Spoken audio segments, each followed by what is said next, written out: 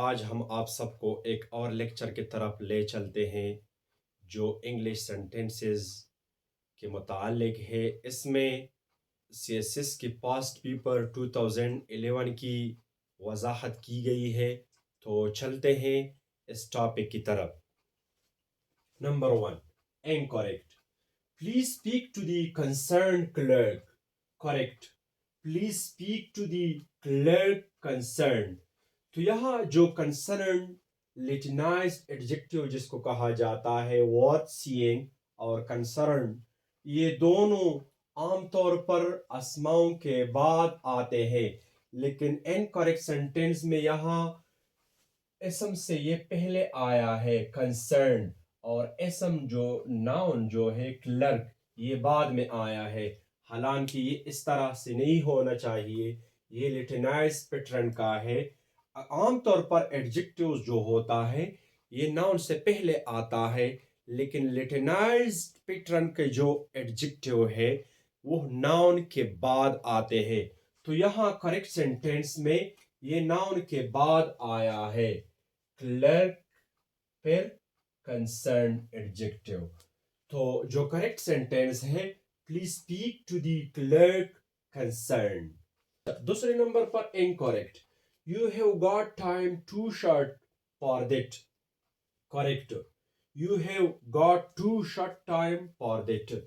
یہاں اگر incorrect sentences کی طرف دیکھا جائے، جو ٹائم ہے یہ اس کلاس سے پہلے آیا ہے، حالانکہ ٹائم آبجیکٹ ہے اس سینٹینس میں، اس کا آنا کلاس کے بعد ہوتا ہے، تو ادھر اس کی کریکشن کیا گیا ہے، اس کو کلاس یعنی جو انکمپلیٹ سینٹینس ہے you have got to shut, یہاں تک انکمپلیٹ سینٹینس ہے اور انکمپلیٹ سینٹینس کو کلاس کہا جاتا ہے، تو یہاں جو آبجیکٹ ہے اس کلاس کے بعد آیا ہے، تو جو سینٹینس کا کریکشن ہے you have got to short time for it. Third number پر incorrect, not only he was a thief but he was also a murderer. Correct. He was not only a thief but also a murderer. پہلے کے اوپر جو incorrect sentence ہے اس میں کاما کا use ہوا ہے، حالانکہ جب کنجنکشن کا استعمال ہو، بٹ ہو، اینڈ ہو، however ہو، جو بھی ہو، ویدر ہو، تو اس موقع پر کاما کا استعمال نہیں ہوتا، اس کو ڈائریکٹ سینٹینس لکھنا چاہیے تھا۔ پہلا مسٹیک تو یہ ہے۔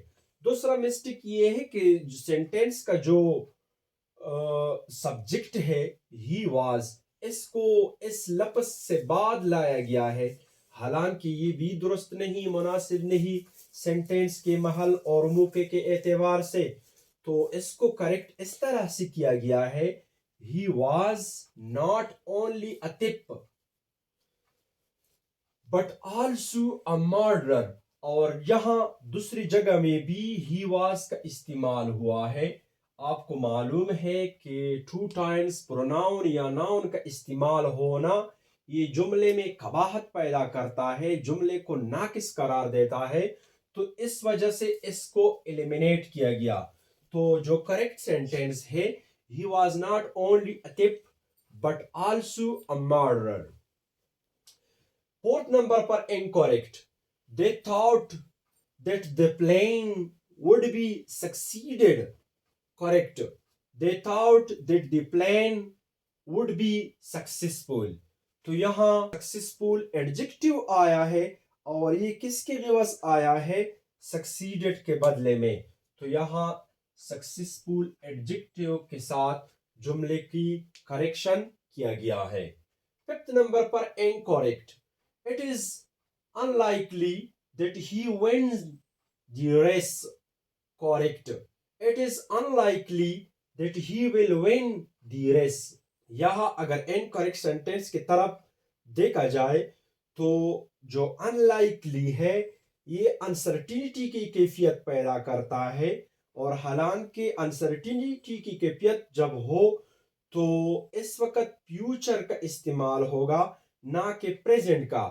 یہاں he wins، ہی پروناؤن کے بعد wins آیا ہے، اور جو ونز ہے یہ پریزنٹ کے بارے میں بتا دیتا ہے، حالانکہ یہ فیوچر کے بارے میں ہونا چاہیے، جس طرح کہ اس جملے سے واضح ہے correct. It is unlikely that he will win the race. It is unlikely، امکان نہیں اس بات کی، that he will win the race، کہ وہ مقابلہ جیتے گا. تو یہاں امکان نہیں اس بات کی، تو ادھر پریزنٹ کا سوال نہیں بنتا، جو کریکٹ سینٹینس ہے وہ فیوچر کا ہوگا. 6th نمبر پر incorrect. My uncle has told me something about it yesterday. Correct. My uncle told me something about it yesterday. تو یہاں has told جو present perfect tense کا استعمال ہوا ہے، اس کو استعمال نہیں کرنا چاہیے، اس لیے کہ یہاں told سے جملے کی تکمیل ہوتی ہے صرف past سے. told صرف past tense ہے، تو complete tense کی کوئی ضرورت نہیں. I hope that by the time I would have got there, it would have stopped raining. Correct. I hope that by the time I get there, it would stop raining. تو incorrect sentence میں I hope کا لفظ جو استعمال ہوا ہے، اس کے بجائے صرف I hope کا یوز ہوگا. دوسرا یہ کہ جو would have got کا لفظ استعمال ہوا ہے، would have got، تو اس کے بجائے یہ present perfect tense ہے، اس کے بجائے صرف past simple past tense کا استعمال ہوگا I get. تو جملے کی ارینجمنٹ اس طرح ہے it would have stopped، تو ادھر بھی present perfect tense کا یوز ہوا ہے، تو اس کے بجائے صرف would اس جملے کی تکمیل کرتا ہے، جو یہاں it would have نے جو تکمیل کے بارے میں بتایا ہے، یہ اس سے بہتر it would کرتا ہے، تو اس کی کوئی ضرورت نہیں. تو یہاں it would کے بعد have کی کوئی ضرورت نہیں. stop raining. تو کریکٹ سینٹینس اس طرح سے ہوگا I hope that by the time I get there it would stop raining. 8ویں نمبر پر incorrect جو ہے they prevented the driver to stop. Correct.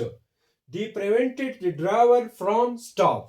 یہاں جو incorrect sentence میں to preposition کا یوز ہوا ہے، اس کے بجائے preposition from کا یوز ہوا ہے. تو یہاں from جو preposition ہے یہ ڈیپارچر پوائنٹ کے متعلق بتا دیتا ہے، اور ٹو جو پریپوزیشن ہے یہ ڈائریکشن کے بارے میں بتا دیتا ہے. تو اس مناسبت سے ٹو کا آنا یہاں اچھا نہیں.